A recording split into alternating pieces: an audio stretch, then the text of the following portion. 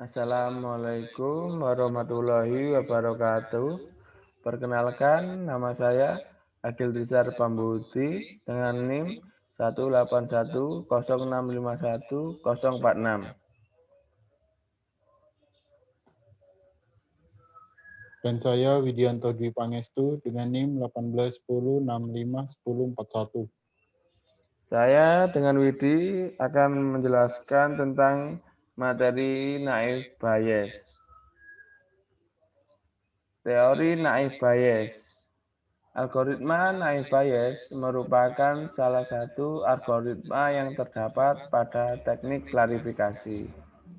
Naive Bayes merupakan pengklasifikasian dengan metode probabilitas dan statistik yang dikemukakan oleh ilmuwan Inggris Thomas Bayes, yaitu memprediksi peluang di masa depan berdasarkan pengalaman di masa sebelumnya sehingga dikenal dengan teorema Bayes. Kegunaan naive Bayes sendiri. Naive Bayes bisa mengklasifikasikan dokumen teks seperti berita ataupun teks akademis. Kedua, naive Bayes sebagai metode machine learning yang menggunakan probabilitas. Ketiga, untuk membuat diagnosis medis secara otomatis. Keempat, mendeteksi atau menyaring spam. Kelebihan dari naive Bayes. 1. Bisa dipakai untuk data kuantitatif maupun kualitatif. 2. Tidak memerlukan jumlah data yang banyak. 3. Tidak perlu melakukan data training yang banyak. 4. Jika ada nilai yang hilang, maka bisa diabaikan dalam perhitungan. 5. Perhitungannya cepat dan efisien. 6. Mudah dipahami. 7. Mudah dibuat. 8. Pengklasifikasiannya, dokumen bisa dipersonalisasi, disesuaikan dengan kebutuhan setiap orang. Jika digunakan dalam bahasa pemrograman, kodenya sederhana. Dan yang terakhir, bisa digunakan untuk klasifikasi masalah biner maupun multiklas. Kekurangan dari naive Bayes sendiri. 1. Apabila probabilitas kondisionalnya bernilai 0, maka probabilitas prediksi juga akan bernilai 0. 2. Asumsi bahwa masing-masing variabel independen membuat berkurangnya akurasi karena biasanya ada korelasi antara variabel yang satu dengan variabel yang lain. 3. Keakuratnya tidak bisa diukur menggunakan satu probabilitas saja. Butuh bukti-bukti lain untuk membuktikannya. Dan yang terakhir, untuk membuat keputusan diperlukan pengetahuan awal atau pengetahuan mengenai masa sebelumnya. Keberhasilannya sangat bergantung pada pengetahuan awal tersebut. Banyak celah yang bisa mengurangi efektivitasnya dirancang untuk mendeteksi kata-kata saja. Tidak bisa berupa gambar. Dan contoh kasus naive Bayes ini akan dijelaskan oleh Widianto Dwi Pangestu.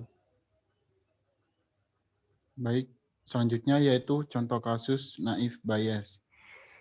Nah, pada pembahasan kali ini saya akan memberikan contoh perhitungan metode naive Bayes untuk sistem pakar penentuan kerusakan pada laptop.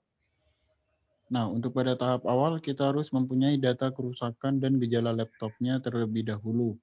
Kerusakan laptop yang dibahas di sini adalah tentang kerusakan di bagian hardware di dalam laptop. Nah, berikut adalah data kerusakan laptop. Di sini disimbolkan pertama dengan K1 sama dengan IC charger rusak. K2 sama dengan IC power rusak. K3 resistor rusak. Yang K4 sama dengan kapasitor rusak. K5 sama dengan MOSFET rusak. Yang K6 yaitu embedded controller rusak. Nah, sedangkan data gejala yang timbul Di sini disimbolkan dengan G1. Yang pertama yaitu indikator pengisian baterai nyala, tapi laptop tidak bisa dinyalakan. Yang G2 sama dengan indikator pengisian baterai mati, laptop tidak bisa dinyalakan. Yang G3, indikator pengisian baterai nyala, bisa dinyalakan tapi tidak tampil pada layar. G4 sama dengan input seperti USB tidak berfungsi. Next. Nah, selanjutnya dari data gejala dan kerusakan di atas, di sini kita bisa membuat tabel keputusan antara kerusakan dan gejala yang timbul. Tabel keputusan ini berfungsi untuk menentukan laptop tersebut mengalami kerusakan apa berdasarkan gejala yang timbul. Nah, berikut ini adalah tabelnya. Gejala G1, G2, G4, G3, G4 ke bawah, dan kerusakan K1, K2, K3, K4, K5, sampai K6 mendatar.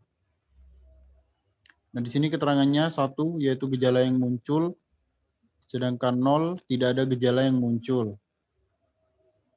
Kasus gejala yang tampak pada laptop ada 2 gejala yaitu G1 indikator pengisian baterai nyala tapi laptop tidak bisa dinyalakan, dan G3 indikator pengisian baterai nyala bisa dinyalakan tapi tidak tampil pada layar. Next. Nah, penyelesaiannya di sini ada beberapa langkah. Yang langkah pertama yaitu menentukan penyakit yang muncul berdasarkan tabel keputusan. Nah, berdasarkan gejala yang muncul G1 dan G3, maka bisa dilihat dari tabel keputusan indikasi kerusakan yang akan diprediksi yaitu K1 dan K3. Karena pada K1 terdapat G1 dan G3 yang bernilai 1, dan pada K3 terdapat G3 yang bernilai 1. Maka untuk tahap selanjutnya yang dihitung menggunakan algoritma naive Bayes adalah menghitung nilai probabilitas gejala dari K1 dan K3. Lanjut langkah kedua yaitu menghitung nilai probabilitas kerusakan dan gejala. Pada langkah pertama sudah didapatkan indikasi penyakit yang diprediksi berdasarkan sesuai tabel keputusan. Langkah selanjutnya yaitu menghitung nilai probabilitas dari masing-masing kerusakan dan gejala yang timbul. Itu perhitungan probabilitas K1 atau IC charger rusak. Nah, untuk rumus menghitung probabilitas nilai dari K1 sendiri yaitu rumus probabilitas K1 sama dengan jumlah kemungkinan kerusakan yang muncul per jumlah semua kerusakan. Jadi sama dengan 1/6, hasilnya yaitu 0,16. Keterangannya angka 1 didapat dari prediksi minimal kerusakan yang muncul, dan angka 6 didapatkan dari jumlah semua kerusakan yang ada pada tabel keputusan. Next. Nah, rumus menghitung probabilitas gejala yang muncul G1, indikator pengisian baterai nyala tapi laptop tidak bisa dinyalakan, yaitu G1 sama dengan jumlah kemungkinan per jumlah kemungkinan kerusakan akibat gejala sama dengan 1/2 sama dengan 0,5. Nah, untuk rumus yang G3 yaitu jumlah kemungkinan per jumlah kemungkinan kerusakan akibat gejala, yaitu 0/2 sama dengan 0. Untuk keterangannya yaitu jumlah kemungkinan sama dengan jumlah gejala G1 per G3 yang muncul pada K1 di tabel keputusan. Jumlah kemungkinan kerusakan akibat gejala sama dengan kerusakan yang muncul yang diakibatkan gejala. Dalam perhitungan kali ini didapatkan 2 kerusakan yang muncul yaitu K1 dan K3. Nah, untuk rumus probabilitas K3 yaitu jumlah kemungkinan kerusakan yang muncul per jumlah semua kerusakan sama dengan 1/6 sama dengan 0,16.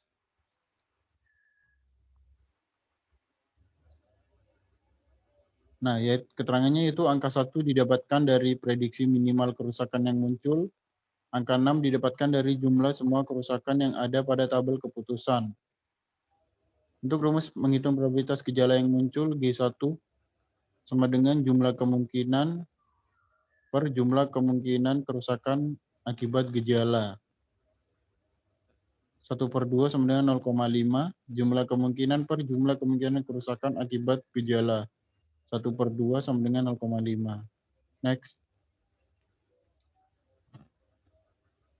Nah, langkah ketiga yaitu menghitung nilai bias berdasarkan probabilitas kerusakan dan gejala yang timbul, yaitu menghitung nilai bias K1 sama dengan K dalam kurung K1 garis G1 sama dengan K dalam kurung G1 garis K1 ditambah K dalam kurung K1.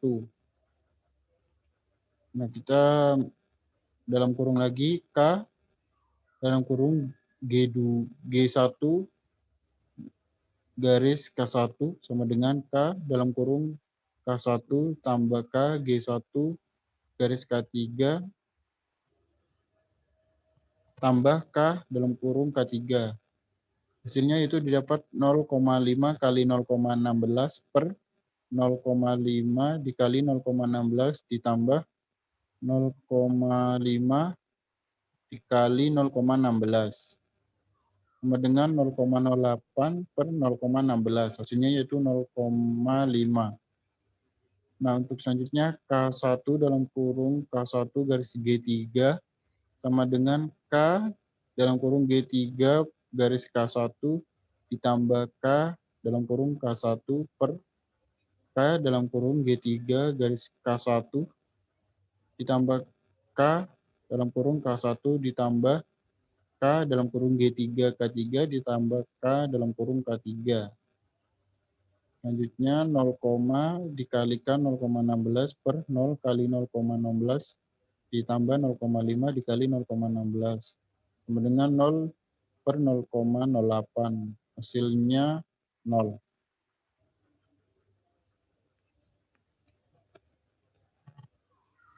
Next.